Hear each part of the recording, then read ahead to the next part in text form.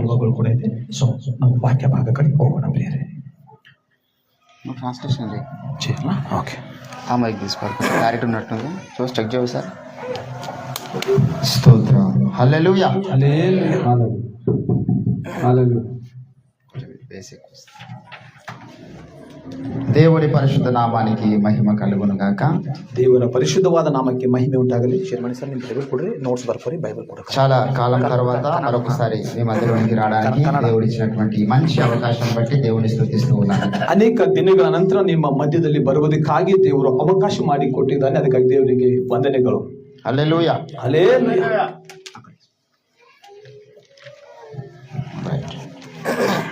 ఒక రోజు ఒక గ్రామంలో ಒಂದು ದಿವಸ ಒಂದು ಊರಿನಲ್ಲಿ ఒక జమీందార్ గారి కుటుంబం ఉంది, ఒక రాజు గారి కుటుంబం ఉందంట. ಒಂದು ರಾಜನು ಅರಸನು ಒಂದು ದೊರಿ ಅವರ ಒಂದು ಮನೆ ಇದೆ, ಕುಟುಂಬ.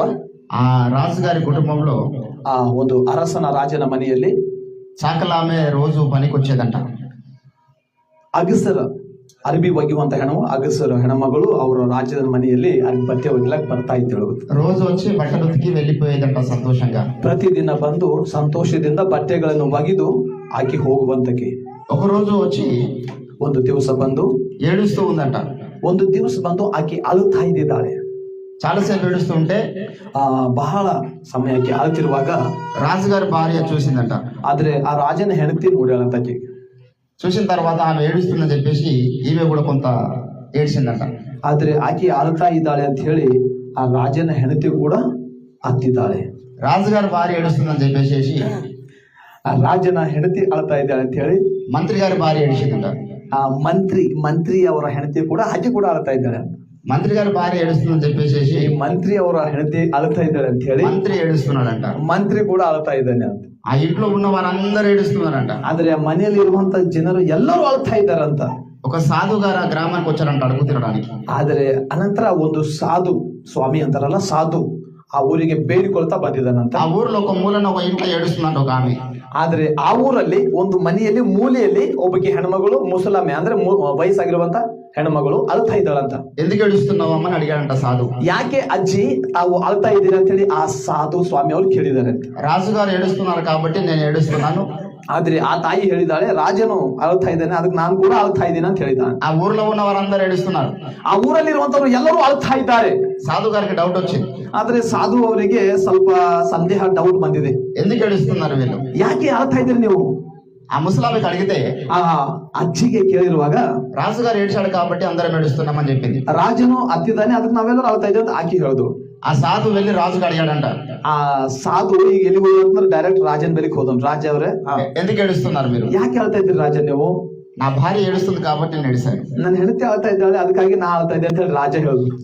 రాజుగారి భార్యకి అడిగాడంట, అమ్మ మీరు ఎందుకు ఏడుస్తున్నారని. ಈಗ ರಾಜ ಕೇಳಿದ್ರೆ ಹೆಂಡತಿ ಹೆಸರು ಹೆಂಡತಿ ಬೆಲಿಕ್ ಹೋದನು ಸ್ವಾಮಿ. ಅದಕ್ಕೆ ಹೋಗಿ ಮತ್ತೆ ಯಾಕೆ ನೀ ಅಳತಿದ್ದೆ ಅಂತ ಕೇಳಿದ್ರು. ఆ సాధు గారికి ఆ రాజుగారి భార్య ఈ చాకలామె ఏడ్చింది కాబట్టి నేను ఏడిశాను. ಆ ರಾಜನ ಹೆಂಡತಿ ಆ ಅಗಸರಕ್ಕೆ ನಮ್ಮ ಮನೆ ಕೆಲಸ ಮಾಡಕ್ಕೆ ಆಕಿ ಅಳ್ತಾ ಇದ್ದಾಳೆ, ಆಕಿಗೆ ನೋಡಿ ನಾ ಅಳ್ತಾ ಇದ್ದೆ ಅಂತ ಆಕಿ ಹೇಳಿದ್ರು. చాకలామె దగ్గరికి వెళ్ళి అడిగాడంట. ಆದ್ರೆ ಅಗಸರಕ್ಕಿನ ಬಲಿ ಹೆಣ್ಮಗಳ ಹತ್ರ ಹೋಗಿ ಈ ಸ್ವಾಮಿ ಕೇಳಿದಂತ, అమ్మ నువ్వు ఎందుకు ఏడుస్తున్నావు? ತಾಯಿ ನೀನು ಯಾಕೆ ಅಳ್ತಾ ಇದ್ದಿ? మా ఇంట్లో గాడిద చచ్చిపోయింది కాబట్టి ఏడుస్తున్నాను. ಆದ್ರೆ ಅಕ್ಕಿ ಅಂದಾಳಂತ, ನಮ್ಮ ಮನೆಗೆ ಏನ್ ಸತ್ತೋಗ್ಯದ? ಅರೆ ನಿಮ್ಗೆಲ್ಲರೂ ತೆಲುಗು ಬರ್ತದ? ಹಲ್ಲೆಲೂಯಾ. ನಮ್ಮ ಮನೆ ಕತ್ತಿ ಸತ್ತೋಗ್ಯದ, ಅದಕ್ಕೆ ನಾ ಅಳ್ತೇವೆ ಅಂತ ಹೇಳಿ ಆಕಿ ಅಗಸರಕ್ಕೆ ಅಂದಳು. గాడిద చచ్చిపోయినందుకు ఆమె ఏడుస్తుంటే ಕತ್ತಿ ಸತ್ತೋಗಿನ ಸಲಕ್ಕೆ ಆಕೆ ಅಳತ್ರ. ఆమె ఏడుస్తుంది కదా పాపం మొహమాటం కానీ మనం ఏడిచినట్టు ಆಕೆ ಅಳ್ತಾ ಇದ್ದಾಳಲ್ಲ ಅಂತ ಹೇಳಿ ನಾವು ಕೂಡ బ్లైండ్ ఇమిటేషన్ ఉండొద్దని చెప్తున్నాను. హల్లెలూయా. ಸರಿ, గుడ్డిగా నమ్మకూడదు. ಆದ್ರೆ ಕುರುಡರಾಗಿ ನಾವು ನಂಬಬೇಡದು. Don't believe blindly. ಕುರುಡರಾಗಿ ನಾವು ಯಾವ ವಿಷಯ ಕೂಡ ನಂಬಬಾರದು. సామెతలు 14వ అధ్యాయం 13వ వచనంలో, ಜ್ಞಾನೋಕ್ತಿ 14:13 14ನೇ ಅಧ್ಯಾಯ 13ನೇ ವಚನದಲ್ಲಿ, జ్ఞానము లేనివాడు ప్రతి మాట నమ్ముతాడు అంటాడు యేసు ప్రభు. ಜ್ಞಾನ ಇಲ್ಲದಂತ ವ್ಯಕ್ತಿ ಪ್ರತಿ ಮಾತನ್ನು ನಂಬುತ್ತಾನೆ ಅಂತ ಹೇಳ್ತಾ ಇದ್ದಾನೆ. మార్కు సువార్త 4వ అధ్యాయం 23వ వచనంలో, ಮಾರ್ಕು ಸುವಾರ್ತ 4వ అధ్యాయం 4ನೇ ಅಧ್ಯಾಯ 23ನೇ ವಚನದಲ್ಲಿ యేసుప్రభు అన్నాడు, ಯೇಸು ಸ್ವಾಮಿ ಅವರು ಅಂದಿದ್ದಾರೆ, మీరు ఏమి వినుచున్నారో జాగ్రత్తగా చూసుకోరండి. ತಾವು ಏನು ಮಾಡ್ತಾ ಇದ್ದಿದ್ರೋ ತಾವು ಜಾಗೃತಿ ಉಳ್ಳವರಾಗಿ ಇರ್ರಿ. వినే విషయంలో జాగ్రత్తగా ఉండాలి. ಕೇಳುವ ವಿಷಯದಲ್ಲಿ ಜಾಗೃತಿ ಉಳ್ಳವರಾಗಿರ್ರಿ. పక్క వాళ్ళు ఏడుస్తున్నారు కదా అని చెప్పేసి మనం ఏడవద్దు. ಪಕ್ಕದವರು ಅಳ್ತಾ ಇದ್ದಾರೆ ಅಂತ ಹೇಳಿ ನಾವು ಅಳಬಾರದು. పక్క వాళ్ళు అలా ఉన్నారు కాబట్టి నేను అలా ఉంటానంటే కుదరదు. ಪಕ್ಕದಲ್ಲಿರುವಂತವ್ರು ಆ ರೀತಿ ಇದ್ದಾರೆ ಅಂತ ಹೇಳಿ ನಾವು ಆ ರೀತಿ ಇರಬಾರದು. నువ్వు వాక్యం వినికి వచ్చినప్పుడు ನೀನು ವಾಕ್ಯವನ್ನು ಕೇಳುವುದಕ್ಕೆ ಬಂದಾಗ ఆయన ఏం చెప్తున్నాడో జాగ్రత్తగా విన్న తర్వాత ఏడవాలి. ಈ ಪಾಸ್ಟರ್ ಅವರು ಏನನ್ನು ಹೇಳ್ತಾ ಇದ್ದಾರೆ ಜಾಗೃತಿಯಿಂದ ಕೇಳಿ ಅಳಬೇಕು. పాస్టర్ గారు ఏడుస్తున్నారు కదా అని చెప్పేసి నువ్వు ఏడవద్దు. ಪಾಸ್ಟರ್ ಅವರು ಅಳ್ತಾ ಇದ್ದಾರೆ ಅಂತ ಹೇಳಿ ನೀನು ಅಳಬಾರದು. ఆయనకి ఏ సమస్య ఉన్నాయో మనకు తెలియదు. ಪಾಸ್ಟರ್ ಏನ್ ಸಮಸ್ಯೆ ನೀನು ಕೂನಲ್. నువ్వు ఏడవాల్సింది ఎప్పుడంటే ನೀನು ಅಳುವುದು ಯಾವಾಗಂದ್ರೆ దేవుని వాక్యం నీ హృదయానికి తాకినప్పుడు నువ్వు ఏడవాలి. ದೇವರ ವಾಕ್ಯ ನಿನ್ನ ಹೃದಯಕ್ಕೆ ಹತ್ತಿರುವಾಗ ನೀನು ಅಳಬೇಕು. హల్లెలూయా, ಹಲ್ಲೆಲೂಯಾ, హల్లెలూయా, ಹಲ್ಲೆಲೂಯಾ. దేవుని బిడ్డలారా, ದೇವರ ಮಕ್ಕಳೇ, యెషయా ప్రవచన గ్రంథం నుంచి ఒక చిన్న మాట చదువుకొని క్రిస్మస్ సందేశాన్ని నేను క్లుప్తంగా మీతో పంచుకుంటాను. ಯೆಶಾಯ ಗ್ರಂಥದಲ್ಲಿ ಒಂದು ಮಾತನ್ನು ನೋಡ್ಕೊಂಡು ನಾವು ಕ್ರಿಸ್ಮಸ್ ಸಂದೇಶಗಳಿಗೆ ಹೋಗೋಣ. 9వ అధ్యాయము 9ನೇ ಅಧ್ಯಾಯ. అందరూ బైబిల్స్ ఉన్న వాళ్ళు తీసినట్లయితే ಬೈಬಲ್ ಇರುವಂತ ಎಲ್ಲರೂ ದಯವಿಟ್ಟು ತೆಗೆಯುವುದಾದರೆ యెషయా గ్రంథము 9వ అధ్యాయము ಯೆಶಾಯ ಗ್ರಂಥ 9ನೇ ಅಧ್ಯಾಯ మొదటి నుంచి చదువుతున్నా. 1ನೇ ವಚನದಿಂದ ನಾವು ಓದಿಕೊಳ್ಳೋಣ. తెలుగులో చదవండి వచన, కన్నడ చదువు. ಆದರೆ ಸಂಕಟಪಟ್ಟ ದೇಶಕ್ಕೆ ಅಂಧಕಾರವಿನ್ನಿಲ್ಲ. ಪೂರ್ವ ಕಾಲದಲ್ಲಿ ಜಬಲೋನು ಮತ್ತು ನಫ್ತಾಲಿ ಸೀಮೆಗಳನ್ನು ಆತನು ಅವಮಾನಕ್ಕೆ ಗುರಿ ಮಾಡಿದನು. ಅನಂತರದಲ್ಲಿ ಯೋರ್ದಾನಿನ ಆಚೆಯ ಸೀಮೆ, ಸಮುದ್ರದ ಕಡೆಗಿರುವ ಸೀಮೆ, ಅನ್ಯ ಜನಗಳಿರುವ ಗಲಿಲೆಯ ಸೀಮೆ, ಆ ಪ್ರಾಂತವನ್ನೆಲ್ಲ ಘನಪಡಿಸಿದ್ದಾನೆ. ಕತ್ತಲಲ್ಲಿ ಸಂಚರಿಸಿದ ಜನರಿಗೆ ದೊಡ್ಡ ಬೆಳಕು ಕಾಣಿಸಿತ್ತು. Amen, amen. చీకటిలో ఉన్న ప్రజలు, చీకటిలో ఉన్న జనులు గొప్ప వెలుగును చూచెదరు అని మనం లేఖన భాగం చదువుకున్నాం. ಕತ್ತಲಲ್ಲಿ ಇರುವ ಜನರು ದೊಡ್ಡ ಬೆಳಕನ್ನು ಕಾಣಿದರು ಅಂತೇಳಿ ವಾಕ್ಯ ಭಾಗ. చీకటిలో వీరు ఎందుకున్నారు? ಕತ್ತಲಲ್ಲಿ ಇವರು ಯಾಕೆ ಇದ್ದಿದ್ದಾರೆ? చీకటిలో ఉన్నటువంటి మనిషి, చీకటిలో ఉన్నటువంటి వ్యక్తి, ಕತ್ತಲಲ್ಲಿ ಇರುವಂತ ವ್ಯಕ್ತಿ ఎటు వెళ్తాడో తెలియదంటాడు యేసు ప్రభుల వారు. ಅವನು ಕತ್ತಲಲ್ಲಿ ಇರುವಂತ ವ್ಯಕ್ತಿ ಎಲ್ಲಿಗೆ ಹೋಗ್ತಾ ಇದ್ದಾನೆ ಅವನಿಗೆ యోహాను సువార్త ಗೊತ್ತು ಇಲ್ಲ ಅಂತ ಯೇಸು ಸ್ವಾಮಿ ಅವರು ಹೇಳ್ತಾ ಇದ್ದಾರೆ. 13వ అధ్యాయములో, ಯೋಹಾನ್ ಸುವಾರ್ತ 13ನೇ ಅಧ್ಯಾಯ 12వ అధ్యాయం 35వ వచనంలో, 12ನೇ ಅಧ್ಯಾಯ 35ನೇ ವಚನ. ఇక్కడ ఏమంటున్నాడు చూడండి ఒకసారి. ಇಲ್ಲಿ ಏನಂತ ಇದ್ದಾನೆ ಒಂದ್ಸಲ ನೋಡೋಣ. అందుకు యేసు, ಅಂದರು ಯೇಸು ಅವರಿಗೆ, ఇంకా కొంతకాలము వెలుగు మీ మధ్య ఉండును, ಇನ್ನು ಸ್ವಲ್ಪ ಕಾಲವೇ ಬೆಳಕು ನಿಮ್ಮಲ್ಲಿ ಇರುತ್ತದೆ. చీకటి మేము కమ్ముకొనకుండునట్లు, ಕತ್ತಲೆಯು ನಿಮ್ಮನ್ನು ಮುಸುಕಿಕೊಳ್ಳದಂತೆ మీరు వెలుగు ఉండగానే నడువుడి. ಬೆಳಕು ನಿಮಗೆ ಇರುವಾಗಲೇ ಸಂಚಾರ ಮಾಡಿರಿ. చీకటిలో నడుచువాడు, ಕತ್ತಲಲ್ಲಿ ನಡೆಯುವ ವ್ಯಕ್ತಿ తాను ఎటు పోవచ్చున్నాడో వాడికి తెలియదు. ಅವನು ಎಲ್ಲಿಗೆ ಹೋಗ್ತಾ ಇದ್ದಾನೋ ಅವನಿಗೆ ಗೊತ್ತು ಇಲ್ಲ. చీకటిలో మనం నడుస్తున్నప్పుడు ನಾವು ಕತ್ತಲಲ್ಲಿ ನಡೀತಾ ಇರುವಾಗ we don't know where we are going. ನಮಗೆ ಗೊತ್ತಿಲ್ಲ ನಾವು ಎಲ್ಲಿಗೆ ಹೋಗ್ತಾ ಇದ್ದೇವೆ. అక్కడ ఏ రకమైనటువంటి పరిస్థితులు మనకు తెలియదు. ಅಲ್ಲಿ ಯಾವ ರೀತಿ ಕತ್ತಲಲ್ಲಿ ಪರಿಸ್ಥಿತಿಗಳಿಗೆ ನಮಗೆ ಗೊತ್ತಿಲ್ಲ. అక్కడ గుంతలు ఉన్నాయో, గడ్డలు ఉన్నాయో, పాములు ఉన్నాయో, తేళ్ళు ఉన్నాయో మనకు తెలియదు. ಅಲ್ಲಿ ಗುಂತಿದ್ಯೋ ಇಲ್ಲ ಹೊರಡಿದ್ಯೋ ಇಲ್ಲ ಅದರ ಹಾವು ಇದೆಯೋ ಇಲ್ಲ ತೇಳು ಇದೆಯೋ ನಮಗೆ ಗೊತ್ತಿಲ್ಲ. నువ్వు నడవాలంటే వెలుగు కావాలి. ನೀನು ನಡೆಯಬೇಕು ಅಂತಂದ್ರೆ ನಿನಗೆ ಬೆಳಕು ಬೇಕು. ఇక్కడ అంటున్నాడు దేవుడు, చీకటిలో నడుచు ప్రజలు, ಅಂದ್ರೆ ಇಲ್ಲಿ ದೇವರು ಅಂತ ಇದ್ದಾನೆ, ಕತ್ತಲಲ್ಲಿ ನಡೆಯುವ ಜನರು గొప్ప వెలుగును చూచెదరు అంటున్నాడు. ದೊಡ್ಡ ಬೆಳಕನ್ನು ಕಾಣುವ ನೋಡುವರು. చీకటి అనగా ఏమిటి? ಕತ್ತಲು ಅಂದ್ರೆ ಏನು? లోకపరమైన చీకట్లో ఇప్పుడు మనం ఇక్కడికి వచ్చాం. ಈಗ ಲೌಕಿಕವಾದ ಈ ಒಂದು ಕತ್ತಲಲ್ಲಿ ನಾವು ಇಲ್ಲಿ ఈ ప్రేయర్ దగ్గరికి వస్తున్నప్పుడు బయట అంతా చీకటి ఉంది. ಈ ಒಂದು ಪ್ರಾರ್ಥನಾ ಆಲಯಕ್ಕೆ ನಾವು ಬರುವಾಗ ಹೊರಗಡೆ అయినా మీరు అందరూ వచ్చారు. ಆದರೂ ಕೂಡ ನೀವು ಎಲ್ಲರೂ ಬಂದಿದ್ರಿ. ఈ లోక సంబంధమైన చీకటి మనల్ని మరి ఆపలేదు, పోవచ్చు మనం మెల్లగా వెళ్తే. ಈ ಒಂದು ಲೌಕಿಕವಾದ ಕತ್ತಲು ನಮ್ಮನ್ನು ನಿಲ್ಲಿಸಲಿಕ್ಕೆ ಆಗುವುದಿಲ್ಲ, ನಾವು ಹೋಗಬಹುದು ಬೇಕಾದ್ರೆ. ఆత్మీయ ప్రపంచంలో ఒక రకమైన చీకటి ఉన్నది. ಅದೇ ರೀತಿ ಲೌಕಿಕವಾದ ಕತ್ತಲು ಹಾಗೆ ಒಂದು ಆತ್ಮೀಕವಾದ ಪ್ರಪಂಚದಲ್ಲಿ ಒಂದು ಕತ್ತಲು ಅಂತಿದೆ. మొదటి చీకటి ఏమిటంటే, ಮೊದಲನೇ ಕತ್ತಲು ಏನಂದ್ರೆ పాపం అనే చీకటి ఉన్నది. ಪಾಪವು ಎನ್ನುವಂತ ಒಂದು ಕತ್ತಲು. అదొక చీకటి. ಪಾಪವು ಅಂದ್ರೆ ಒಂದು ಕತ್ತಲು. పాపంలో ఉన్నవాడు ఏ రకమైన తప్పులు చేస్తాడో మనకు తెలియదు. ಪಾಪದಲ್ಲಿ ಇರುವಂತ ವ್ಯಕ್ತಿ ಯಾವ ತಪ್ಪು ಮಾಡುತ್ತಾನೋ ಅವನಿಗೆ ಗೊತ್ತಿಲ್ಲ. ఒక వ్యక్తి చీకట్లో ఉన్నాడు అనుకో, ಒಂದು ವ್ಯಕ್ತಿ ಕತ್ತಲಲ್ಲಿ ಇದ್ದಾನೆ ಅನ್ಕೋ, చేస్తున్న పాపాలు మనకు సంతోషాన్ని ఇస్తాయి. ಅವನು ಮಾಡುವ ಪಾಪಗಳು ಅವನಿಗೆ ಸಂತೋಷ ಕೊಡುತ್ತವೆ, కానీ వాటి గమ్యం మనకు తెలియదు. ಆದ್ರೆ ಅವನು ಹೋಗುವಂತ ಗಮ್ಯ ಸ್ಥಳ ಅವನಿಗೆ ಗೊತ್ತಿಲ್ಲ. ఒకడు వ్యభిచారం చేయవచ్చు. ಒಂದು ವ್ಯಕ್ತಿ ವ್ಯಭಿಚಾರ ಮಾಡ್ತಾ ಇದ್ದಾನೆ ಅನ್ಕೋ, రోజు ఒక ఆమెతో వ్యభిచారం చేయవచ్చు. ಪ್ರತಿದಿನ ಒಂದು ಸ್ತ್ರೀ ಜೊತೆ ವ್ಯಭಿಚಾರ ಮಾಡ್ತಾ ಇದ್ದಾನೆ ಅನ್ಕೋ, వాటి గమ్యం ఏమిటి? ಅವನ ಕಡೆಗೆ ಅವನ ಗಮ್ಯವೇನಿದೆ? ఒక రకమైనటువంటి ఘోరమైన వ్యాధి ఆ వ్యక్తికి వచ్చి చంపేస్తుంది. ಒಂದು ದಿನ ಒಂದು ಘೋರವಾದ ವ್ಯಾಧಿ ರೋಗ ಬಂದ ಅವನು ಸಾಯ್ತಾನೆ. అది ఎయిడ్స్ వ్యాధి. ಅದು ಏಡ್ಸ್ ಎನ್ನುವಂತ ಭಯಂಕರವಾದ ವ್ಯಾಧಿ. కానీ చేస్తున్నప్పుడు ಆದ್ರೆ ಅವನು ಆ ಒಂದು ಪಾಪ ಮಾಡ್ತಿರುವಾಗ ఆ వ్యక్తి దాన్ని చూడడు. ಆದ್ರೆ ಆ ವ್ಯಕ್ತಿ ಅವನ ಕಡೆಗೆ ಏನಾಗ್ತದೋ ಅದನ್ನು ನೋಡುವುದಿಲ್ಲ. ఆ సమయంలో దొరుకుతున్నటువంటి ఆ తాత్కాలికమైనటువంటి సంతోషాన్ని మాత్రమే చూస్తాడు. ತಾತ್ಕಾಲಿಕವಾಗಿ ಅವನು ಅವಾಗ ಮಾಡ್ತಿರುವಂತ ಆ ಸಂತೋಷವನ್ನೇ ನೋಡುತ್ತಾನೆ. ఎందుకంటే చీకట్లో ఉన్నాడు. ಯಾಕಂದ್ರೆ ಅವನು ಕತ್ತಲಲ್ಲಿ ಇದ್ದಾನೆ. వాడు ఏం చేస్తున్నాడో మనకు తెలియదు. ಅವನು ಏನ್ ಮಾಡ್ತಿದ್ರೆ ಅವನಿಗೆ ಗೊತ್ತಿಲ್ಲ. చాలా రకాల చీకటి లోకంలో ఉన్నది. ಅನೇಕ ರಕವಾದ ಕತ್ತಲು ಈ ಲೋಕದಲ್ಲಿ ಇದೆ. అజ్ఞానము అనే ఒక చీకటి ఉన్నది. ಅಜ್ಞಾನ ಅನ್ನುವಂತ ಕತ್ತಲು ಕೂಡ ಈ ಲೋಕದಲ್ಲಿ ಇದೆ. ఇది ఎక్కడికి తీసుకెళ్తుందా అంటే ಈ ಅಜ್ಞಾನ ಎನ್ನುವಂತ ಕತ್ತಲು ನಮಗೆ ಎಲ್ಲಿಗೆ ಹೋಯ್ತು ಅಂದ್ರೆ ఇష్టమున్న దేవుడు నమ్ముకో అని చెప్తుంది. ನೀನು ಇಷ್ಟವಾಗಿರುವ ದೇವರನ್ನು ನಂಬುಕೋ ಅಂತ ಹೇಳುತ್ತದೆ. జ్ఞానముకు చీకటి ఆవరించింది. ನಮಗೆ ಇರುವ ಜ್ಞಾನಕ್ಕೆ ಈ ಕತ್ತಲು ಮುಸುಕಿದೆ. దేవుడు ఎవరు? ದೇವರು ಯಾರು? ఏ రీతిగా ఆయన అప్రోచ్ అవ్వాలి? ಯಾವ ರೀತಿ ನಾವು ಆತನನ್ನು ಸೇರಿಕೊಳ್ಳಬೇಕು? తెలియదు. అజ్ఞానంలో ఉన్నటువంటి అజ్ఞానం అనే చీకటి ఆవరించడం అనేది ಅಜ್ಞಾನ ಎನ್ನುವಂತ ಕತ್ತಲಲ್ಲಿ ಇರುವಂತ ವ್ಯಕ್ತಿಗೆ ಅದು ತಿಳಿಯುವುದಿಲ್ಲ. ఏది దేవుడు అంటే అది నమ్ముతూ ఉంటారు. ಯಾವುದೇ ದೇವರು ಅಂತಂದ್ರೂ ಕೂಡ ನಂಬಿ ಬಿಡುತ್ತಾರೆ. మీరు ఎటు పడితే అటు నడిపించబడితే అంటాడు పౌలు. ಪೌಲನು ಹೇಳ್ತಾ ಇದ್ದಾನೆ, ನೀವು ಯಾವ ಕಡೆ ಬಂದ್ರೆ ಆ ಕಡೆ ನಡೆಸಲ್ಪಟ್ಟಿ ಇದ್ದೀರಿ ಅಂತ ಹೇಳ್ತಾ ಇದ್ದಾರೆ. ఎవరు దేవుడు అంటే వారు నమ్మినారు. ఎవరు దేవుడు అన్న వారిని నమ్ముతారు. ಯಾರ ಹೃದಯ ಅನುಸಾರ ಯಾವ ನಂಬುತ್ತಾರೆ. నేను దేవుడు అన్న నమ్ముతారు. ನಾನು ದೇವರು నేనే దేవునే నేనే దేవుడు అని చెప్పిన నమ్ముతారు. ನಾನೇ ದೇವರಂತರೂ ಕೂಡ ನಂಬುತ್ತೇವೆ. కానీ యేసు ప్రభు దేవుడు అంటే మాత్రం నమ్మరు. ಆದ್ರೆ ಯೇಸು ಸ್ವಾಮಿ ದೇವರು ಅಂತಂದ್ರೆ ಮಾತ್ರ ನಂಬುವುದಿಲ್ಲ ಅನೇಕರು. నీవే దేవుడు అని కూర్చో ఒక అవతారం ఎత్తు. ನೀನೇ ದೇವರು ಅಂತ ಹೇಳಿ ಒಂದು ಅವತಾರ ತಗೊಂಡು ಕೂಡು. ನೀನು ಬೆಂಗಳೂರಲ್ಲಿ ఒక బిచ్చగత్తె ఉంది. ಒಂದು ಭಿಕ್ಷೆ ಬೇಡಿಕೊಳ್ಳುವಂತ ವ್ಯಕ್ತಿ ಇದೆ. మీరు ఎంతమంది చూసారు ಫೇಸ್ಬುಕ್ ಅಲ್ಲಿ ಆ ಒಂದು ವ್ಯಕ್ತಿ ಲೇಡೀಸ್ ಆ ಒಂದು ಹೆಣ್ಮಗಳು ಭಿಕ್ಷೆ ಬೇಡಿಕೊಳ್ಳುವಂತ రోడ్ పక్కಕ್ಕೆ అక్కడక్కడ ಮಾಡ್ಕೊಂటా ఉంటది. ಆದ್ರೆ ಆಕೆ ಬೀದಿಗಳಲ್ಲಿ ರೋಡ್ಗಳ ಮೇಲೆ ಮಾನಸಿಕ ಸ್ಥಿತಿ ಸರಿగా లేదు. ಆದ್ರೆ ಆಕೆ ಮೆಂಟಲ್ ಹಾಳ, ಸ್ವಲ್ಪ ಮಾನಸಿಕ ಸ್ಥಿತಿ ಸರಿಯಾಗಿದೆ. ಅటు వెనకాల జనాలు వెళ్తూ ఉన్నారు. ಆಕೆ ఏ ಕಡೆ ಹೋಗ್ತಾ ಇದ್ರೆ ಜನರು ಆಕಿನ ಹಿಂದೆ ಓಡ್ತಾ ಇದ್ದಾರೆ. రోడ్ పట్టు నడుచుకుంటూ వెళ్తా ఉంటే బోర్ల పడి నమస్కారం చేస్తూ ఉన్నారు. ಆಕಿ ರೋಡ್ ಹಿಂದೆ ನಡೀತಾ ಇರುವಾಗ ಎಲ್ಲರೂ ಬೋಳಿ ಬಿದ್ದು ಆಕಿಗೆ ನಮಸ್ಕಾರ ಮಾಡ್ತಾ ಇದ್ದಾರೆ. ఆమె టీ తాగి ఆడ పడేసిపోతే ఆ టీని తీర్థంగా తీసుకుంటున్నారు. ಆಕಿ ಚಾಯ್ ಕೊಂಡು ಆ ಕಪ್ಪನ್ನು ಬಿಡುವುದಾದ್ರೆ ಅದ್ರೊಳಗೆ ಏನಾದ್ರು ಸ್ವಲ್ಪ ಇದ್ರು ಅದು ತಗೊಂಡು ಅಮೃತ ತೀರ್ಥ ಅಂತ ಹೇಳಿ ತಗೊಳ್ತಾರೆ. ఆమె స్నానం చేయకుండా కొన్ని సంవత్సరాలు అవుతుంది. ಆಕಿ ಮೈ ತೊಳ್ಕೊಂಬಲ್ಲಪ್ಲೆ ಬಹಳ ವರ್ಷ ಆಯ್ತಂತ. పనులు తోమకుండా కొన్ని సంవత్సరాలు అవుతుంది. ಹಲ್ಲು ಬೆಳಕೊಂಬಂದು ತೋಲ್ ವರ್ಷ ಆಯ್ತಂತ. ఎట్లా తాగకపోతే ఏంటంటే తీర్థము ಎಷ್ಟು ಭಾರಿ ಕುಳಿತಿರ್ಬೇಕು ಅವರು ಆಕೆ ಕೊಂಡಿದ್ದ ಅಜ್ಞಾನము ಅಂತಂದ್ರೆ ಪ್ರಾಬ್ಲಮ್ ಏನಿದೆ, ಸಮಸ್ಯೆ ಅಂದ್ರೆ ಅಜ್ಞಾನ. ಇವ್ರಿಗೆ ಜ್ಞಾನ ಇಲ್ಲ ಕುಡಿಯೋರಿಗೆ. ఒక వ్యక్తి ఉన్నాడు ಹೈದರಾಬಾದ್ ಅಲ್ಲಿ ಒಂದು ವ್ಯಕ್ತಿ ಇದ್ದಾನೆ. ఆయన నిన్న మొన్న ఒక సవాల్ చేశాడు. నిన్న ಅಲ್ಲಂಗೆ ಮೊನ್ನ ಒಂದು ಸವಾಲ್ ಮಾಡಿದ್ದಾನೆ. క్రైస్తవులను ముస్లింలను దేశంలో లేకుండా నేను చేస్తాను. ಕ್ರೈಸ್ತರಿಗೆ ಮತ್ತೆ ಮುಸ್ಲಿಂ ಅವರಿಗೆ ಈ ದೇಶದಲ್ಲಿ ಇರದ ಹಾಗೆ ನಾವು ಮಾಡುತ್ತೇನೆ ಅಂತ ಹೇಳಿದ್ದಾನೆ. ఆయన ఆడగాదు మొగగాదు. ಆದ್ರೆ ಆ ಹೇಳಿರುವಂತ ವ್ಯಕ್ತಿ ಗಣಸಲ್ಲ ಮತ್ತ ಹೇಳ್ಬೇಕಾಚಿ ಹಾಲಲ್ಲಯ್ಯ ಹೆಣ್ಮಗಳು ಅಲ್ಲ. క్రైస్తవులను ఊచకోతకు వస్తానంటున్నాడు.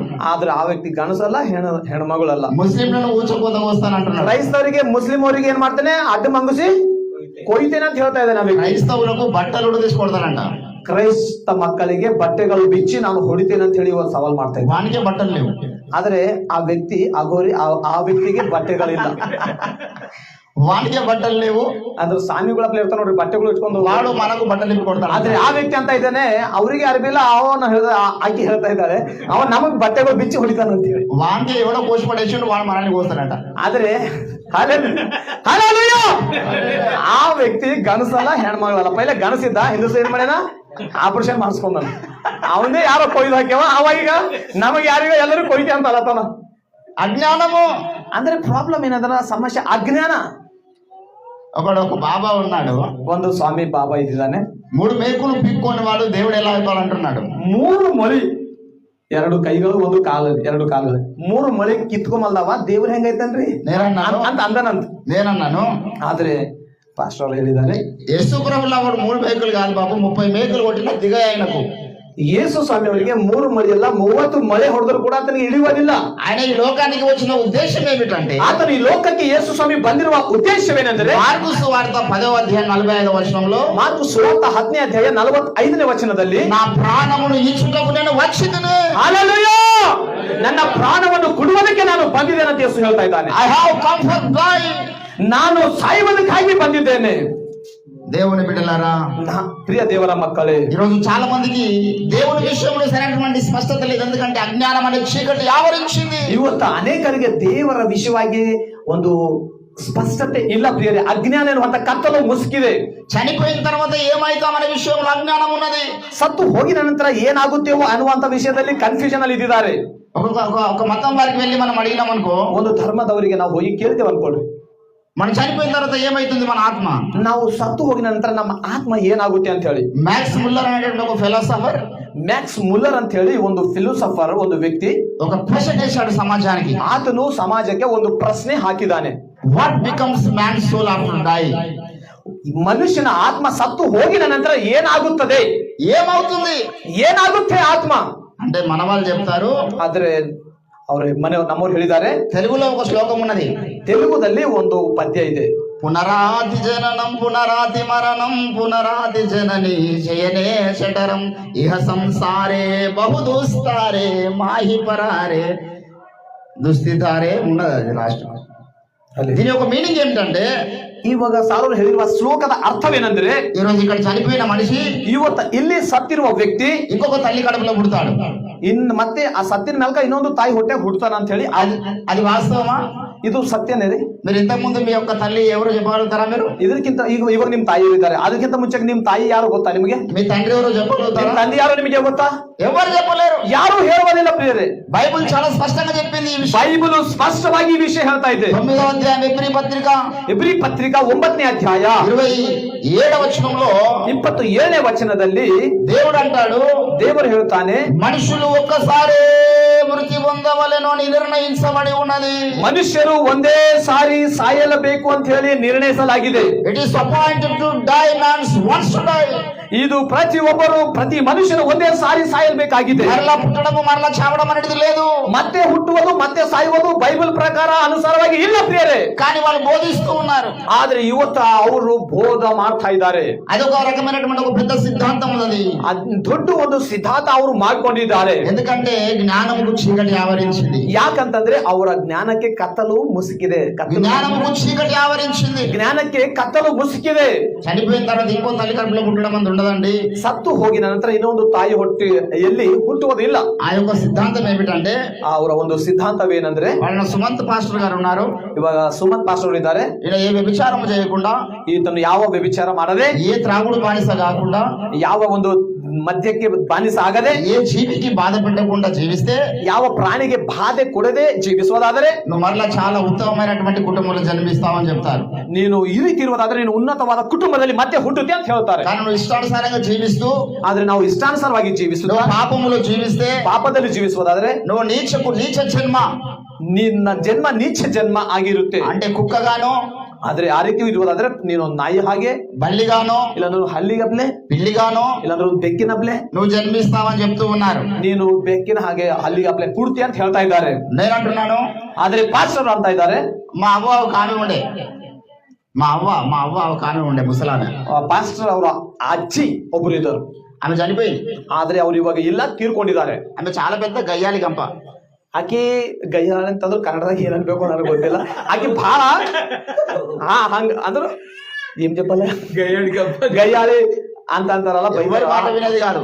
ಅಂದ್ರೆ ಆಕಿ ಯಾರ ಮಾತು ಕೇಳಲಿದ್ದು ನಮ್ಮ ಮಾತು, అందరిని తిట్టేది. ಅಂದ್ರೆ ಸಾವಿರ ಆಯಿ ಬದಮಾಸ್ ಇದ್ದು ನಮ್ಮ ಮಾತು. అది ఇప్పుడు ఆమె చనిపోయింది, ಸಿಕ್ಕ ಆಕಿ ಈಗ ಸತ್ತೋಗ್ಯಾಳ. ఇప్పుడు ఆమె నీచ జన్మ ఈ కోడిగా జన్మించింది అనుకో. ಈಗ ಆಕಿ ಸತ್ತೋಗ್ಯಾಳಲ್ಲ, ಈಗ ನೀಚೆ ಜನ್ಮ ಅಂತ ಹೇಳಿ ಕೆಲವು ಧರ್ಮಗಳು ಹೇಳ್ತಾ ಇದ್ದಲ್ಲ, ಆ ರೀತಿ ಆಕಿ ಕೋಳಿಯಾಗಿ ಹುಟ್ಟಾಳ ಅನ್ಕೊಳ್ರಿ. ఇప్పుడు నేను కోడిని కోసుకుంటే ఎవరిని కోసుకుని తిన్నట్టు? ಈಗ ಸಾವಿರ ಆಕಿ ಅವ್ರ ಆಯಿ ಅಜ್ಜಿ ಕೋಳಿ ಅಪ್ಲೆ ಹುಟ್ಟಾಳ ಅನ್ಕೊಳ್ರಿ, ಮತ್ತ ಜನ್ಮ ತಗೊಂಡು ಈಗ ಇವ್ರು ಕೋಳಿ ಕೊಯ್ಕೊಂಡು ತಿಂದ್ರು ಅನ್ಕೊಳ್ರಿ. ಯಾರಿಗೆ ಕೊಯ್ದಿನ ಅಪ್ಲೇಗ? మా అమ్మమ్మనే అయ్యొచ్చు కదా. ಇವ್ರ ಆಯಿನೇ ಆಗಿರ್ಬಹುದಲ್ಲ. ఒకవేళ ఆమె దోమై పుట్టింది అనుకో, ಒಂದ್ ವೇಳೆ ಆಕಿ ದೋಮಿ ಆಗಿ ಹುಟ್ಟಾಳ ಅನ್ಕೊಳ್ರಿ. నీ మీద ప్రేమ పుట్టి నీ చంప మీద వచ్చి ముద్దు పెడుతుంది. ಆದ್ರೆ ದೋಮಿ ಪ್ರೀತಿ ಹೆಚ್ಚಾಗಿ ಬಂದ ಮಗ ಗಲ್ಲದ ಮೇಲೆ ಏನ್ ಮಾಡ್ತದ, ಮುದ್ದು ಕೊಟ್ಟದ ಅನ್ಕೊ. ನನ್ನ ಮನಮಡು ತೋಲ ಚಂದಾಗಿದ್ರೆ ನಾವು ಪ್ರೀತಿ ಮಾಡ್ಲತ್ತೀರ ಅಂದ್ರೆ, ನನ್ನ ಮೊಮ್ಮಗ ಬಹಳ ಸುಂದರವಾಗಿದ್ದಾರೆ ಅಂತ ಹೇಳಿ ಬಂದು ದೋಮಿಯಲ್ಲಿ ಮುದ್ದು ಕೊಡ್ತಾ ಅನ್ಕೊಳ್ರಿ. చంపదు దోమను. ದೋಮಿನ ಏನ್ ಮಾಡ್ತೇವೆ ನಾವು? ఎందుకంటే మీ అమ్మమ్మని నేను ముద్దు పెడుతుంది అనుకో. ನಾನು ಹೊಡೆಯಲ್ಲ, ಯಾಕಂದ್ರೆ ನಮ್ಮ ಆಯಿನೇ ಬಂದು ದೋಮಿಯಾಗಿ ಕಚ್ಚಲತಾಳ ಅಂತ ಹೇಳಿ. ఆ సిద్ధాంతము చాలా తెలివి తక్కువ సిద్ధాంతం. ಅಂದ್ರೆ ಇಂಥ ಒಂದು ಸಿದ್ಧಾಂತಗಳು ಬಂದಿದೆ, ಅದು ಬಹಳ ಜ್ಞಾನ ಇಲ್ಲದಂತ ಸಿದ್ಧಾಂತ. ఎందుకంటే జ్ఞానము అనేటటువంటి దానికి చీకటి ఆవరించింది. ಯಾಕಂತಂದ್ರೆ ಜ್ಞಾನ ಅನ್ನುವಂಥದಕ್ಕ ಕತ್ತಲು ಮುಸುಕಿದೆ, ಕತ್ತಲು. వాళ్ళు జ్ఞానులమని చెప్పుకొని మూర్ఖులైరంటాడు పౌలు. ಅವರು ಜ್ಞಾನಿಗಳಂತೂ ಹೇಳಿ ಮೂರ್ಖರು ಆಗಿದ್ದಾರೆ ಅಂತ ಹೇಳಿ ಪೌಲನು ಹೇಳ್ತಾ ಇದ್ದಾನೆ. యేసు ప్రభు అంటున్నాడు, ಆದ್ರೆ ಯೇಸು ಸ್ವಾಮಿ ಹೇಳ್ತಾ ಇದ್ದಾನೆ, చీకటిలో ఉన్న ప్రజలు గొప్ప వెలుగును చూచెదరు. ಕತ್ತಲಲ್ಲಿ ಇರುವಂತಹ ಜನರು ದೊಡ್ಡ ಬೆಳಕನ್ನು ನೋಡುವರು ಅಂತ ರಕ್ಷಕನು ಈ ದಿನ ನಿಮಗೋಸ್ಕರ ಹುಟ್ಟಿದಾನೆ. హల్లెలూయా. ಹಲ್ಲೆಲೂಯಾ. యేసు ప్రభు పుట్టినప్పుడు మనకు చీకటి లేదు. ಯೇಸು ಸ್ವಾಮಿ ಹುಟ್ಟಿರುವಾಗ ಇವಾಗ ನಮಗೆ ಕತ್ತಲು ಇಲ್ಲ. చీకటిలో నడిచిన ఒకవేళ ಒಂದು ವೇಳೆ ಇಂದಿಷ್ಟು ದಿವಸ ನಾವು ಕತ್ತಲು ನಡೆದರೂ ಕೂಡ దావీదు అంటాడు 23వ కీర్తనలో, ದಾವೀದನು 23ನೇ ಕೀರ್ತನೆಯಲ್ಲಿ ಹೇಳುತ್ತಾನೆ. ఏమన్నాడండి?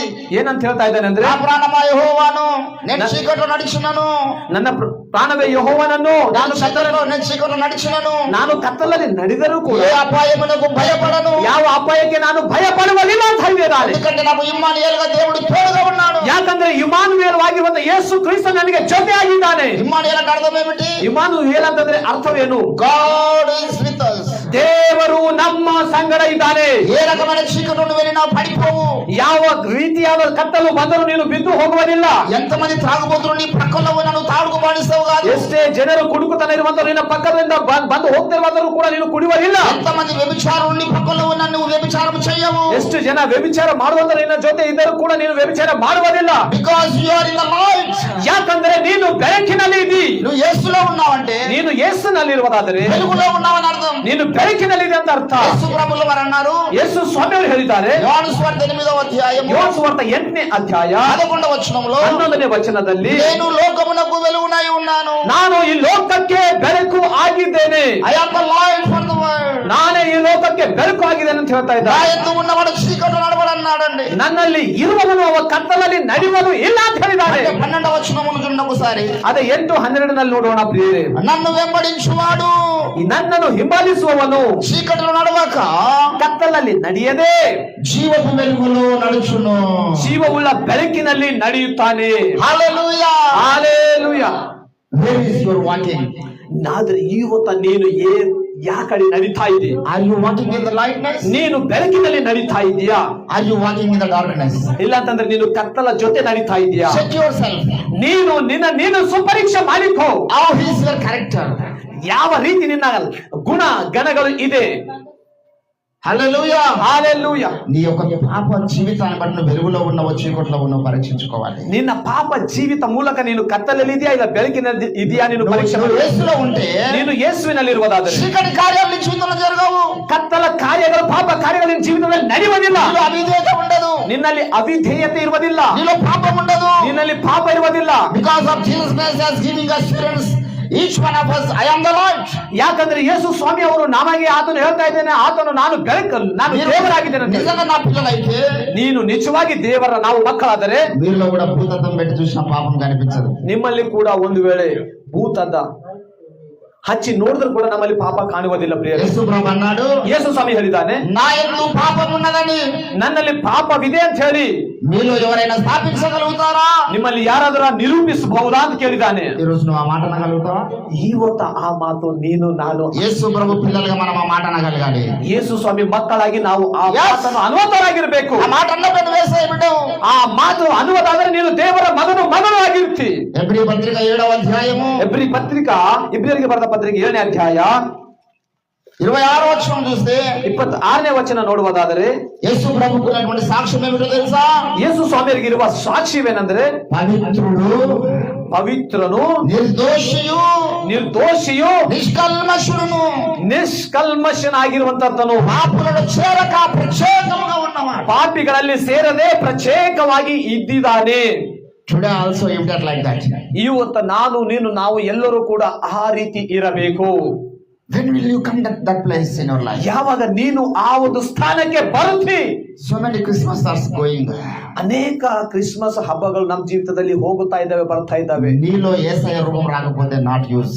ನಿನ್ನಲ್ಲಿ ಯೇಸುವಿನ ಸ್ವರೂಪ ಬರದೇ ಇರುವುದಾದರೆ ವ್ಯರ್ಥವಾಗಿ ಈ ಕ್ರಿಸ್ಮಸ್ ಆಚರಣೆಗಳು. యేసు ప్రభు పుట్టిన కారణం ఏమిటంటే, ಯೇಸು ಸ್ವಾಮಿ ಅವರು ಹುಟ್ಟಿರುವ ಕಾರಣವೇನಂತಂದ್ರೆ చీకటిని తొలగించడానికి ఆయన పుట్టినాడు. ಕತ್ತಲನ್ನು ತೆಗೆದು ಹಾಕುವುದಕ್ಕಾಗಿ ಆತನು ಹುಟ್ಟಿದ್ದಾನೆ. ఏలయనగా మనకు శిశువు పుట్టిన కనుక చీకటి వెళ్ళిపోయింది. ಹೇಗಂದ್ರೆ ನಮಗೆ ರಕ್ಷಕನು ಹುಟ್ಟಿದ್ದಾನೆ, ಅವಾಗ ನಮಗೆ ಕತ್ತಲು ಹೋಗಿದೆ. కన్యక గర్భవతి కుమారుడి కన్నది కాబట్టి చీకటి వెళ్ళిపోయింది. ಕನ್ಯಕಳು ಗರ್ಭವನ್ನು ಧರಿಸಿ ಮಗನನ್ನು ಹೆತ್ತಿದ್ದಾಳೆ, ನಮಗೆ ಕತ್ತಲು ಹೋಗಿದೆ. వెలుగు వచ్చింది, ನಮಗೆ ಬೆಳಕು ಬಂದಿದೆ, సంతోషం వచ్చింది. ನಮಗೆ ಸಂತೋಷ ಬಂದಿದೆ. లూకా సువార్త 2వ అధ్యాయం 11వ వచనంలో, ಲೂಕ ಸುವಾರ್ತ 2ನೇ ಅಧ್ಯಾಯ 12ನೇ ವಚನದಲ್ಲಿ, ఇది ప్రజలందరికీ కలగబో మహా సంతోషకరమైన సువర్తమానము. ಇದು ಜನರೆಲ್ಲರಿಗೆ ಬೇಕಾಗಿರುವಂತಹ ಸಂತೋಷಕರವಾಗಿರುವ ಶುಭ ವಾರ್ತೆ. Hallelujah. Hallelujah. Which gospel do we have today? And what kind of gospel do we have today? ಯಾವ ರೀತಿ ಸುವಾರ್ತೆ ನಾವು ಇವತ್ತು ಕೇಳ್ತಾ ಇದ್ದೇವೆ? This is the joyful gospel. ಯಾವ ರೀತಿ ಅಂತಂದ್ರೆ ಇದು ಸಂತೋಷಕರವಾಗಿರುವ ಶುಭ ವಾರ್ತೆ ವಾಕ್ಯ. లోకమిచ్చే సంతోషము కాదు. ಲೋಕ ಕೊಡುವ ಸಂತೋಷ ಅಲ್ಲ. లోకమిచ్చే సంతోషము తాత్కాలికమైంది. ಲೋಕ ಕೊಡುವ ಸಂತೋಷ ಸ್ವಲ್ಪ ಸಮಯ ಇರುತ್ತೆ. ఇప్పుడు ప్రేయర్ అయిపోయిన తర్వాత ಇವಾಗ ಪ್ರಾರ್ಥನೆ ಆಗಿದ ನಂತರ భోజనాల దగ్గరికి వెళ్ళామనుకో, ಊಟ ಮಾಡ್ಲಿಕ್ಕೆ ನಾವು ಹೋಗಿದ್ದ ಅನ್ಕೊಳ್ರಿ. ఆడ పప్పు అన్నం ఉంది అనుకో, ಅಲ್ಲಿ ಅನ್ನ ಬ್ಯಾಳಿ ಅದ ಅನ್ಕೊಳ್ರಿ. మీ ముఖాలు ఎట్లా అనిపిస్తాయి? ತರಕಾರಿ ಬ್ಯಾಳಿ ಅದ ಅನ್ಕೊಳ್ರಿ. ಆಗ ನಮ್ಮ ಊರಿಗಳು ಹೆಂಗಿರ್ತಾವ? If you happy about that, ನಾವ್ ಹ್ಯಾಪಿ ಸಂತೋಷ ಐತೇವ ಅವಾಗ? చికెన్ అనుకున్నాను, ನಾನು ಚಿಕನ್ ಅನ್ಕೊಂಡಿದ್ದೀರಿ. ఇది పప్పు పెట్టాడు, మరోసారి పిలుస్తారు. ತೊಗರಿ ಬ್ಯಾಳಿ ನಾ ಇನ್ನೊಂದ್ಸಲ ಬರಲ್ಲ. సంతోషం అంతా ఏమైపోతుంది అంటే వెంటనే నిర్వీర్యం అయిపోతుంది. ಸಂತೋಷ ಏನಾಗೋಯ್ತು ನಮಗೆ ಕಮ್ಮಿ ಆಗೋಯ್ತು. నువ్వు యేసులో బాగా ఆనందించి చర్చకు వచ్చి ఇంటికి వెళ్ళిన తర్వాత, ನೀನು ಯೇಸುವಿನಲ್ಲಿ ಬಂದು ಅಲ್ಲಕ್ಕೆ ಬಂದು ಸಂತೋಷಿಸಿ ಬಹಳ ಸಂತೋಷ ಮನೆಗೆ ಹೋಗಿನ ನಂತರ, ఇంటికి పోగానే నీ భార్య బొగుచులంగానే ಮನೆಗೆ ಹೋಗಿನ ನಂತರ ನಿನ್ನ ಹೆಂಡತಿ ಮುಖ, ఆమె సంతోషం ఉండదు ముఖంలో. ಆಕಿನ ಮುಖದಲ್ಲಿ ಕೂಡ ಸಂತೋಷ ಇರುವುದಿಲ್ಲ. ఆ ముఖం చూడంగానే ఉన్న సంతోషం అంతా పోతుంది. ಆಕಿನ ಮುಖ ನೋಡುವಾಗ ನಿನ್ನ ಸಂತೋಷ ಎಲ್ಲ నీ ಹೋಗಿಬಿಡಿ. భర్త ముఖం చూడంగానే ఉన్న సంతోషం అంతా పోతుంది. ತಮ್ಮ ಯಜಮಾನರಿಗೆ ನೋಡುವಾಗ ಸಂತೋಷ ಎಲ್ಲ ఉన్న ಹೋಗುತ್ತೆ. అనుకున్న తిండి లేకపోతే ఉన్న సంతోషం పోతుంది. ನಾವು ಬೇಡ್ಕೊಂಡಿರುವಂತ ಊಟ ಇಲ್ಲ ಅಂತಂದ್ರೆ ಸಂತೋಷ ಹೋಗಿಬಿಡುತ್ತೆ. అనుకున్న ఇల్లు లేకపోతే ఉన్న సంతోషం పోతుంది. ನಾವು ಅನ್ಕೊಂಡಿರುವ ಮನೆ ಇಲ್ಲ ಅಂತಂದ್ರೆ ಸಂತೋಷ ಹೋಗಿಬಿಡುತ್ತೆ. యేసు ప్రభు ఇచ్చే సంతోషం అటువంటిది కాదు. ಆದ್ರೆ ಯೇಸು ಸ್ವಾಮಿ ಅವರು ಕೊಡುವಂತ ಸಂತೋಷ ಆ ರೀತಿ ಅಲ್ಲ. అపోస్తలులకు ಅಪೊಸ್ತಲರಿಗೆ ఇల్లు లేవు, ಮನೆಗಳು ಇಲ್ಲ ಇರುವುದಕ್ಕೆ, వస్త్రాలు లేవు, ಕಟ್ಟುಕೊಳ್ಳುವುದಕ್ಕೆ ಬಟ್ಟೆಗಳು ಇಲ್ಲ, బ్యాంక్ బ్యాలెన్స్ లేవు, ಅವರ ಅಕೌಂಟ್ ಅಲ್ಲಿ ಬ್ಯಾಂಕ್ ಬ್ಯಾಲೆನ್ಸ್ ಇಲ್ಲ. బయటికి వచ్చి అందరూ రాలేస్తూ ఉన్నారు. ಹೊರಕ್ಕೆ ಹೋಗುವಾಗ ಎಲ್ಲರೂ ಕಲ್ಲುಗಳಿಂದ ಅಪೊಸ್ತಲರಿಗೆ ఎక్కడ ಕಾಣ್ತಾ ఎవరు ಇದ್ದಾರೆ. చంపుతారో తెలియదు, ಯಾರು ಯಾವಾಗ ಕೊಲೆ ಮಾಡ್ತಾರೋ ಗೊತ್ತಿಲ್ಲ, ఏడ తినాలో తెలియదు, ಎಲ್ಲಿ ಊಟ ಮಾಡ್ಬೇಕೋ ಗೊತ್ತಿಲ್ಲ, ఎక్కడ పండుకోవాలో తెలియదు. ಎಲ್ಲಿ ಮಲ್ಕೊಳ್ಬೇಕೋ ಗೊತ್ತಿಲ್ಲ. కానీ వారు ఏమంటారంటే, ಆದ್ರೂ ಕೂಡ ಅವರು ಏನಂತ ಹೇಳಿದ್ರೆ, ఎల్లప్పుడూ సంతోషంగా ఉండండి. ನೀವು ಯಾವಾಗಲೂ ಕರ್ತನಲ್ಲಿ ಸಂತೋಷಿಸಿದ. What is the reason do we have happiness in our life? ಯಾವ ರೀತಿ ಕಾರಣ ನಮ್ಮ ಜೀವಿತದಲ್ಲಿ ಸಂತೋಷ ಇರೋದಕ್ಕಾಗಿದೆ? There is no hope at all. ನಮ್ಮ ಜೀವಿತದಲ್ಲಿ ಯಾವ ನಿಮಿತ್ತವಾಗಿ ಕೂಡ ನಿರೀಕ್ಷೆ ಇಲ್ಲ There ಸಂತೋಷಿಸುವುದಕ್ಕಾಗಿ. is no hope. ನಿರೀಕ್ಷೆ ಇಲ್ಲ ಯಾವ ವಿಷಯದಲ್ಲಿ ಕೂಡ. నీకు నాకన్నా ఇల్లు ఉన్నాయి, బట్టలు ఉన్నాయి, ಇವತ್ತ ನಿನಗೆ ನನಗೂ ನಮಗೆ ಮನೆ ಇದೆ, ಕಟ್ಕೊಳ್ಳೋಕೆ ಬಟ್ಟೆಗಳಿದೆ. వారికి ఎట్టిపోయిన వేదనలు ఉన్నాయి. అపోస్తలులకు ఎట్టిపోయిన వేదనలు, బాధలు ఉన్నాయి. ಆದ್ರೆ ಅಪೊಸ್ತಲರಿಗೆ ಯಾ ಕಡೆ ಹೋದ್ರು ಕೂಡ ಅವರಿಗೆ ಕಷ್ಟಗಳು, ಕಣ್ಣೀರುಗಳು, ವೇದನೆಗಳಿದೆ. ఎక్కడ పోయినా గాయపడి ఇంటికి వస్తారు. ఇంటికి ఏ ಕಡೆ ಹೋದ್ರು ಕೂಡ ಮನಸ್ಸು ಗಾಯವುಳ್ಳವರಾಗಿ ಮನೆಗೆ ಬರುತ್ತಾರೆ. స్వజనుల వల్ల ఆపదలు కలుగుతున్నాయి. ಸ್ವಂತ ಜನರೇ ಅವರಿಗೆ ಆಪತ್ತಾಗಿ ಇದ್ದಾರೆ. అన్య జనుల వల్ల ఆపదలు కలుగుతున్నాయి. ಅನ್ಯ ಜನರಿಂದ ಅವರಿಗೆ ಸಮಸ್ಯೆಗಳು, ಆಪತ್ತುಗಳಿದೆ. వారు ముఖంలో సంతోషము తగ్గలేదు. ಆದರೂ ಕೂಡ ಅವರ ಮುಖದಲ್ಲಿ ಸಂತೋಷ ಕಡಿಮೆ ಆಗಲಿಲ್ಲ. హల్లెలూయా. Hallelujah. This is the real joy. ಇದು ನಿಜವಾದ ಸಂತೋಷ. ಲೋಕದಲ್ಲಿ 3 రకాల ఆనందాలు చెప్పినారు. 3 ರೀತಿಯುಳ್ಳ ಆನಂದ ಇದೆ. ఒకటి భజన ఆనందం, ಒಂದು ಭಜನೀಯನು ಆನಂದ. రవీంద్ర ఠాగూర్ అనేటటువంటి బుక్ లో భజేంద్ర గోవిందంలో చెప్తాడు ఈ విషయం. ಭಜೇಂದ್ರ ಗೋವಿಂದ ಪುಸ್ತಕದಲ್ಲಿ ಈ ರೀತಿ ಹೇಳ್ತಾರೆ. ఏమంటాడంటే, ಏನಂತಾರಂದ್ರೆ భజన ఆనందం, ಭಜನ ಆನಂದ, విషయ ఆనందం. ವಿಷಯ ಆನಂದ అంటే కొన్ని విషయాలు మనకు తెలిసినప్పుడు ఆనందం కలుగుతుంది. ಕೆಲವು ವಿಷಯಗಳು ನಮಗೆ ತಿಳಿದಾಗ ನಮಗೆ ಸಂತೋಷ ಆಗುತ್ತೆ, ಆನಂದ. యేసు ప్రభు దగ్గరికి వచ్చినప్పుడు కారణాలను బట్టి ఆనందం లేదు. ಯೇಸು ಸ್ವಾಮಿ ಹತ್ತಿರಕ್ಕೆ ಬಂದಾಗ ಕಾರಣ ನಿಮಿತ್ತವಾಗಿ ಆನಂದ ಅಲ್ಲ. ఏ కారణం అవసరం లేదు నువ్వు ఆనందించడానికి. ನೀನು ಆನಂದಿಸುವುದಕ್ಕೆ ಯಾವ ಕಾರಣ ಅವಶ್ಯಕತೆ ಇಲ್ಲ. ఏం కావాలో అన్ని కొరకు సమకూర్చున్నాడు. ನಿನಗೆ ಏನನ್ನು ಬೇಕೋ ಸಮಸ್ತವು ಆತನು ಸಮಕೂರ್ಸಿ ಇಟ್ಟಿದ್ದಾನೆ. నీలో చీకటి లేకపోతే అవన్నీ నీకు ఎదురుగా వస్తాయి. నీలో చీకటి లేకపోతే అవన్నీ నీకు ఎదురుగా ఆశీర్వాదాలుగా వస్తాయి. ನಿನ್ನಲ್ಲಿ ಕತ್ತಲು ಇಲ್ಲ ಅಂತಂದ್ರೆ ಅವು ಎಲ್ಲ ನಿನಗೆ ಆಶೀರ್ವಾದಕರವಾಗಿ ಎದುರು ಬರುತ್ತವೆ. నీలో చీకటి ఉంటే, ನಿನ್ನಲ್ಲಿ ಕತ್ತಲು ಇರುವುದಾದರೆ ఆశీర్వాదాలు నీకు కనిపించవు. ಆಶೀರ್ವಾದಗಳು ನಿನಗೆ ಕಾಣಿಸಿ ಬರುವುದಿಲ್ಲ. పాపం అనే చీకటి, ಪಾಪವೆನ್ನುವಂತ ಕತ್ತಲು, అజ్ఞానం అనే చీకటి, ಅಜ್ಞಾನ ಎನ್ನುವಂತ ಕತ್ತಲು, వేషధారణ అనే చీకటి, వేషధారణ అనే చీకటి, ವೇಷಧಾರಣೆ ಎನ್ನುವಂತ ಕತ್ತಲು, చిట్ట చివరి ఇంకో చీకటి ఉన్నది. ಕೊನೆಗಾಗಿ ಇನ್ನೂ ಒಂದು ಕತ್ತಲಿದೆ. ఏమో తెలుసా? అది ಏನಂದ್ರೆ బోధలు అనే చీకటి ఒకటి ఉన్నది లోకంలో. ಬೋಧೆಗಳು ಅಂತಂದ್ರೆ ವಾಕ್ಯಗಳು ಹೇಳುವಂತ ಕತ್ತಲು ಕೂಡ ಒಂದಿದೆ. అబద్ధ బోధలు కూడా మనిషికి చీకటిలో నడిపిస్తాయి. ಸುಳ್ಳು ಬೋಧೆಗಳು ಕೂಡ ಮನುಷ್ಯನಿಗೆ ಕತ್ತಲಲ್ಲಿ ఏ బోధలు పడితే ఆ బోధలు మనం వినకూడదు.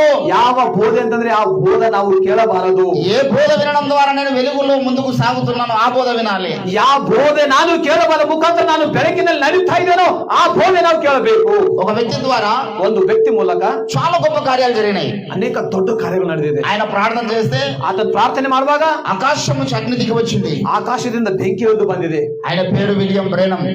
ಆತನ ಹೆಸರು ವಿಲಿಯಂ ಬ್ರೆನ್ಹಮ್. మొన్న చనిపోయినాడు. ಮೊನ್ನ ಕೆಲವು ದಿವಸ ಕೆಳಗಡೆ ಸತ್ತೋಗಿದ್ದಾನೆ. కానీ ఆయన బోధించిన బోధ అంతా కంప్లీట్ గా సైతాన్ బోధ. ಆದ್ರೆ ಆತನು ಮಾಡಿರುವ ಬೋಧೆ ಸೇವಾ ಅದು ಸೈತಾನನ ಬೋಧೆ. యేసు ప్రభు దేవుడు కాదన్నాడు. ಆತನು ಏನ್ ಹೇಳಿದಾನೆ ಅಂತಂದ್ರೆ ಯೇಸು ಸ್ವಾಮಿ ದೇವರು ಅಲ್ಲ ಅಂತ ಹೇಳಿದ್ದಾನೆ. కానీ చాలా అద్భుతాలు జరిగినాయి ఆయన ద్వారా. ಆದ್ರೆ ಆತನು ದೊಡ್ಡ ದೊಡ್ಡ ಅದ್ಭುತಗಳನ್ನು ಮಾಡಿದ್ದಾನೆ. ఇది చీకటి కాదా? చీకటి బోధ కదా? ಈಗ ಸ್ವಾಮಿ ದೇವರು ಅಲ್ಲ ಅಂತಂದ್ರೆ ಅದು ಕತ್ತಲ ಸೇವಾ ಬೋಧ ಅಲ್ಲ. ఇటువంటి చాలా చీకటి బోధలు లోకంలో ఉన్నాయి. ಈ ರೀತಿ ಅನೇಕ ಕತ್ತಲ ಬೋಧೆಗಳು ಲೋಕದಲ್ಲಿ ಇದೆ. Don't trust every kind of doctrine. ಎಲ್ಲ ವಿಧವಾದ ಬೋಧೆಗಳನ್ನು ನಂಬಬೇಡಿರಿ. If you want check out that. ಏನು ಒಂದು ವೇಳೆ ಅದನ್ನು ತಿಳ್ಕೊಳ್ಬೇಕು ನೋಡ್ಬೇಕಂತಂದ್ರೆ ಆಕೆ ఆ గాడిద చచ్చిపోయినందుకు చేసింది. ಆಕೆ ಆ ಕತ್ತಿ ಸತ್ತೋಗಿನ ಸಲಕ ಅತ್ತಾಳಾಕಿ. ఆ రాజుగారు ఆ కుటుంబం ఆ ఊరంతా ఏడ్చారు. ಆ ರಾಜನು ಆತನ ಹೆಂಡತಿ ಊರಲ್ಲಿರುವಂತ ಎಲ್ಲ చాలా మంది క్రైస్తవులు అట్లనే ఉన్నారు. ಇವತ್ತು ಬಹಳ ಜನರು ಅದೇ ರೀತಿ ಇದ್ದಾರೆ. పలానా వ్యక్తిత్వ అద్భుతాలు జరుగుతున్నాయి. ಒಂದು ವ್ಯಕ್ತಿ ಅಂದ್ರೆ ಒಂದು ಪಾಸ್ಟರ್ ಇಂದ ಬಹಳ ಅದ್ಭುತಗಳು ಆಗ್ತಾ ಇದೆ. shall we go ನಾಡಿನ ನಾವು ಅಲ್ಲಿಗೆ ಹೋಗೋಣ. ಅರೆ what kind of doctrine he heard. ಆದ್ರೆ ಅಲ್ಲಿ ಹೋದ ನಂತರ ಯಾವ ರೀತಿ ನಡೀತಾ ಇದೆ ಅದ್ಭುತಗಳು. if you have that kind of common sense in your life. ಒಂದು ವೇಳೆ ಅಂತ ಒಂದು ಇಂಥ ಜ್ಞಾನ ನಮಗೆ ಇರುವುದಾದರೆ ఏ బోధ పడితే ఆ బోధ నువ్వు మరింత చీకటిలోకి వెళ్ళిపోతావు. ಎಲ್ಲ ವಿಧವಾದ ಬೋಧೆಗಳು ನೀನು ಕೇಳುವುದಾದರೆ ನೀನು ಇನ್ನೂ ಹೆಚ್ಚಾಗಿ యేసు ప్రభు వచ్చిన ఉద్దేశం ఏమిటంటే ಯೇಸು ಸ್ವಾಮಿ ಬಂದಿರುವ ಉದ್ದೇಶವೇನೆಂದ್ರೆ చీకటిలో ఉన్న ప్రజలు వెలుగును చూడాలి. ಕತ್ತಲಲ್ಲಿರುವಂತ ಜನರು ಬೆಳಕನ್ನು ನೋಡಬೇಕು. నువ్వు ఎన్ని రకాల వెలుగును చూడగలుగుతున్నావు. ಇವತ್ತ ಎಷ್ಟು ರೀತಿ ವಿಧವಾದ ಬೆಳಕನ್ನು ನೋಡ್ತಾ ಇದ್ದಿ. అపోస్తల బోధన తెలుసా? ಅಪೋಸ್ತಲರ ಬೋಧೆ ಅಂತ ಇದೆ, ಅದು ನಿಮಗೆ ಗೊತ್ತಾ? if you know what is the doctrine of the apostle. ಒಂದು ವೇಳೆ ಅಪೋಸ್ತಲರ ಬೋಧೆಯ ಸಿದ್ಧಾಂತ ನೀವು ನೋಡಬಹುದಾದರೆ if you know what is the foundation of the Christian. ಅಪೋಸ್ತಲರು ಹಾಕಿರುವ ಕ್ರೈಸ್ತ ಮಕ್ಕಳಿಗೆ ಹಾಕಿರುವ ಬುನಾದಿಯನ್ನು ನೋಡಬಹುದಾದರೆ చాలా మంది బైబిల్ కాలేజ్ చేసిన వారిని అడిగాను. ಬಹಳ ಜನರು ಬೈಬಲ್ ಕಾಲೇಜ್ಗಳು ಟ್ರೈನಿಂಗ್ ಮಾಡಿದವರು ಕೇಳಿದ್ದಾರೆ, brother what is the foundation of your spiritual life. ಪ್ರಿಯ ಸಹೋದರನೇ, ಕ್ರೈಸ್ತ ಮಕ್ಕಳ ವಿಶ್ವಾಸದ ಬುನಾದಿ ಏನಿದೆ ಅಂತ ಕೇಳಿರುವಾಗ ಐ ನೋ ಬ್ರದರ್ ಫೌಂಡೇಶನ್. ನನಗೆ ಬುನಾದಿ ಗೊತ್ತದಲ್ಲಿ so say what is the foundation. ಆದ್ರೆ ಪಾಸ್ಟರ್ ಕೇಳಿದ್ರ ಏನು ಮತ್ತ ಬುನಾದಿ ಹೇಳಂತಂದ್ರೆ he said me brother I am reading the Bible and praying every day. ಆದ್ರೆ ಆತನು ಹೇಳಿದಾನೆ I am going to church. ನಾನು ಪ್ರತಿದಿನ ಬೈಬಲ್ ಓದ್ತಾ ಇದ್ದೇನೆ. I have fellowship. ನನಗೆ ಸಹವಾಸ ಇದೆ. it is enough. ಇದು ಸಾಕು ನನಗ. this is the foundation. ಇದು ಬುನಾದಿ ಅಸಲು ಕ್ರೈಸ್ತ ಮಕ್ಕಳಿಗೆ ಹಾಕಿರುವ foundation. ಇದು ಬುನಾದಿನ ಕ್ರೈಸ್ತ ಮಕ್ಕಳು no ಅಲ್ಲ ಪ್ರಿಯರೇ, ಇದು ಬುನಾದಿ. ಹೆಬ್ರಿ ಪತ್ರಿಕೆ 6వ అధ్యాయము ಇಬ್ರಿಯರಿಗೆ ಬರೆದ ಪತ್ರಿಕೆ 6ನೇ ಅಧ್ಯಾಯದಲ್ಲಿ ಕ್ಲಿಯರ್ గా చెప్తున్నాడు అక్కడ. ಅಲ್ಲಿ ಸ್ಪಷ್ಟವಾಗಿ ಬುನಾದಿ ಕುರಿತು ಹೇಳ್ತಾ ಇದ್ದಾರೆ. What is the foundation. ಏನು ಬುನಾದಿ ಆಗಿರಬೇಕು చదవండి. 6వ అధ్యాయం 4వ వచనం చివరిగా చదవండి ఒకసారి. ಕೊನೆಯದಾಗಿ 6ನೇ ಅಧ್ಯಾಯ ಒಂದ್ಸಾರಿ ನಾವು ಓದೋಣ. ಮೊದಲನೇ ವಚನದಿಂದ ఒకసారి వెలిగింపబడి పరలోక సంబంధమైన వరమును రుచి చూచి పరిశుద్ధాత్మలో పాలివారై దేవుని దివ్యవాక్యమును రాబో యుగ సంబంధమైన శక్తుల ప్రభావమును అనుభవించిన తరువాత కూడా మొదటి నుంచి చదవండి. కాబట్టి నిర్జీవ క్రియలు విడిచి ಆದುದರಿಂದ ನಿರ್ಜೀವ ಕರ್ಮ